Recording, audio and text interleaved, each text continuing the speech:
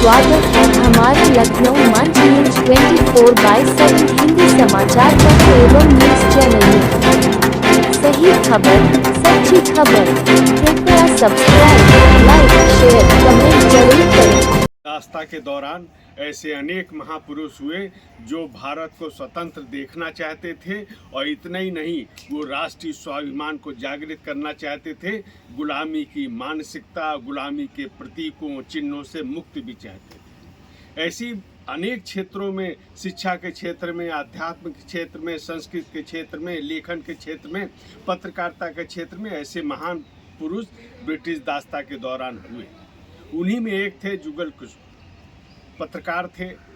उन्होंने पहला हिंदी अखबार निकाला 1826 में कोलकाता से, और उनकी तैयारी अखबार निकालने की पूरी हो गई थी, लेकिन उन्होंने देवर्षि नारद जयंती की प्रतीक्षा की और देवर्षि नारद जयंती के दिन ही उन्होंने हिंदी के पहले अखबार उदंड मार्तंड का शुभारंभ किया।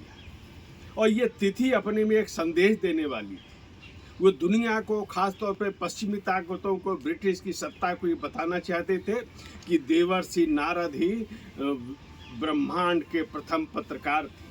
और ये केवल इसलिए नहीं कि इधर की उधर वो सूचना के आधार पर कह रहे थे या किसी निराधार रूप में वो कह रहे थे, तो उन्होंने तर्क भी दिए कि नारद जी के जो भक्ति सूत्र हैं उनमें पत्रकारिता के वो नियम हैं जो उस समय जब अखबार उदंड मार्तंड निकला उस समय भी, और आज की अगर हम आधुनिक युग की बात करें, आज हम 2024 की बात करें, तो भी वह मूल्य आज भी प्रासंगिक हैं, क्योंकि ये जो पत्रकारिता के सूत्र जो नारद जी ने दिए हैं वो शाश्वत हैं, ये आगे भी शाश्वत रहेंगे।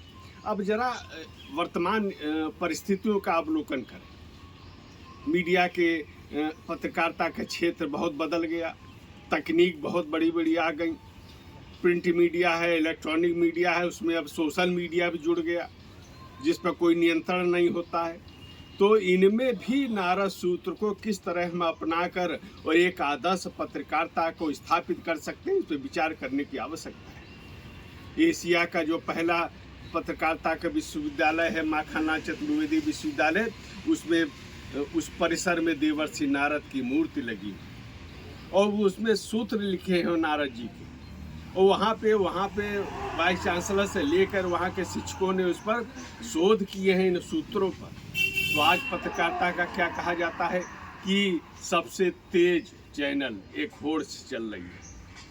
अब अगर केवल इसी बिंदु पर विचार करें, नारद जी न्यूनतम समय में सूचनाओं का संप्रेषण करते हैं, ये सबसे तेज चैनल आज भी। लेकिन यही पर्याप्त नहीं है, इसके साथ ही विश्वसनीयता होनी चाहिए, खबरों की विश्वसनीयता होनी चाहिए।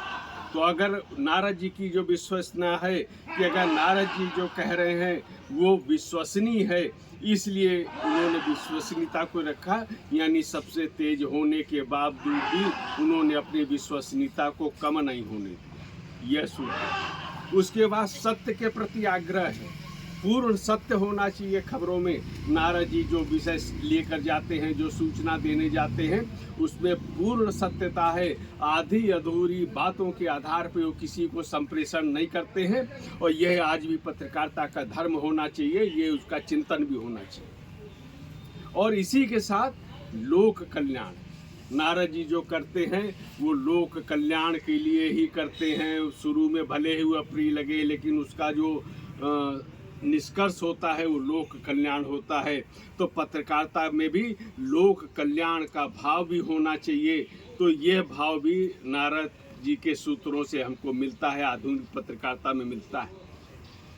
और ये जो उनके नारद जी के सूत्र हैं, ये केवल भारत की पत्रकारिता नहीं बल्कि पूरे विश्व में जो पत्रकारिता है उसको एक आदर्श रूप प्रदान करने की इन सूत्रों में क्षमता है।